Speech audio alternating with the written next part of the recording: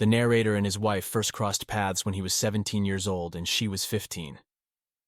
Although she was his first intimate partner, she had already gained that kind of experience prior to their relationship.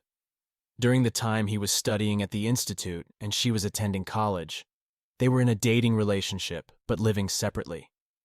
The narrator resided with his parents, while his future wife lived with her grandparents. In 2004, the narrator's wife experienced the loss of her grandfather. Beginning in 2005, the narrator started frequently staying at his wife's place, and they gradually transitioned into living together in a 2-room apartment. The couple occupied one room, while the narrator's wife's grandmother lived in the other room. In 2008, the narrator's wife discovered she was pregnant and immediately expressed her intention to have the child. The narrator had no objections, even though he felt he might not have been fully prepared at that point in time. The couple made the decision to formalize their relationship and got married in 2009. Following the birth of their daughter, the issue of housing came to the forefront. The narrator's parents owned a 3-room apartment. His mother-in-law resided in a 3-room apartment with her new husband, and the apartment where the narrator and his wife lived with his wife's grandmother belonged to the grandmother's son, who was the narrator's wife's uncle. The living arrangements were quite complex. The narrator's wife was adamant about not leaving her grandmother, who had raised her, and insisted that they needed to continue living with her. The narrator agreed to this arrangement, although he now recognizes that they should have attempted to exchange the 2 3-room apartments and find a way to move into a separate apartment of their own. However, it's too late to change that now. Throughout this entire period, the narrator's wife did not have a job. Initially, the narrator didn't mind, but as time passed, he began to gently suggest that it would be beneficial for her to find employment, not necessarily for financial reasons, but for the purpose of broadening her horizons or something along those lines.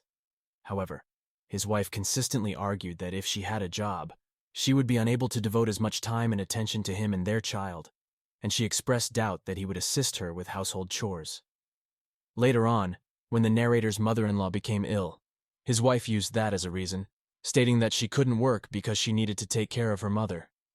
Over the course of the past 3 years, the couple had numerous arguments, but the narrator always regarded her as his most cherished and beloved person, so he made efforts to smooth over any rough patches in their relationship. He consistently believed that regardless of what happened, they had been together since childhood and would remain together until old age. But unfortunately, things didn't turn out that way. In the previous year, the narrator's mother-in-law passed away. Following the memorial service, when everyone had gone to sleep, the narrator accessed his wife's phone and discovered an intimate correspondence. He was in a state of disbelief, thinking it must be some kind of joke and that it simply couldn't be true, but the evidence was clear. He spent 3 days drinking and reflecting on the situation, but ultimately decided to confront his wife. When he asked her if she felt ashamed, she responded no, suggesting that he had oppressed her to such an extent that her infidelity was a natural consequence.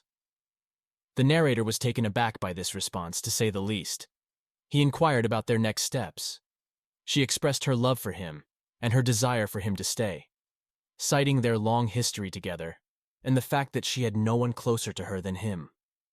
She assured him that she would talk to her lover and end the relationship, which, and this is important to note, had been going on for at least a year and a half. A couple of days later, the narrator's wife informed him that she had terminated the relationship and that she and her lover had come to the conclusion that family was more important.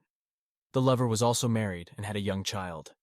After another couple of days, the narrator invited his wife to a restaurant where they had some drinks and made the decision to attempt a fresh start. They had a wonderful evening, a pleasant walk, and were intimate. But later that night, the narrator checked his wife's phone and saw that she had sent a selfie to her lover at the very moment when they were walking home from the restaurant, and they had engaged in a brief correspondence. The narrator woke her up and told her that this was not how one goes about starting over. She argued that it was just a photo and that it was impossible to simply cease communication with a person after a year and a half. A huge argument ensued. The narrator packed his belongings and went to stay with his parents. His wife cried and pleaded with him not to leave, saying that she would never, ever leave him no matter what happened. They didn't communicate for several days, but since they have a daughter together, they began communicating a little bit, but only about matters concerning their daughter. Approximately a week later, the narrator realized that he was missing intimate closeness. Their intimate life had been quite regular.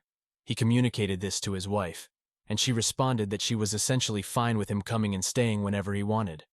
So the narrator started visiting, sometimes for a day, sometimes for a couple of days. He made it clear to her from the outset that he was not going to move back in permanently, and that he would be coming solely for intimacy. They have periodic conversations about her infidelity, but the narrator doesn't hear words of apology for her actions, only that she couldn't have left him. But he was able to do it. Many people might ask if the narrator himself has ever cheated. He will honestly admit that in 2007, he went on a business trip and his colleagues hired call girls. Alcohol played a role and he decided to give it a try. After that incident, the narrator was consumed by guilt, and for several years following that event, he made the decision to never cheat on his wife again. At that point, she wasn't actually his wife yet, to be completely honest, and he never cheated on her again after that. In November of the previous year, after discovering his wife's infidelity, the narrator went on a business trip and had several encounters with different women. He concluded that he was now a single man and could allow himself to do that. Upon his return, lo and behold, the narrator once again called his wife and invited himself over for intimacy. He can't seem to give it up with her. He appears to understand that it's not right, that he needs to end the relationship. He's aware that she continues to communicate with her lover and even sleep with him, but at the same time she wants the narrator to come back to the family. The narrator is contemplating whether he should reveal everything to the lover's wife. On one hand, he doesn't want to break up another family, but on the other hand, he recognizes that the truth will likely come out sooner or later anyway,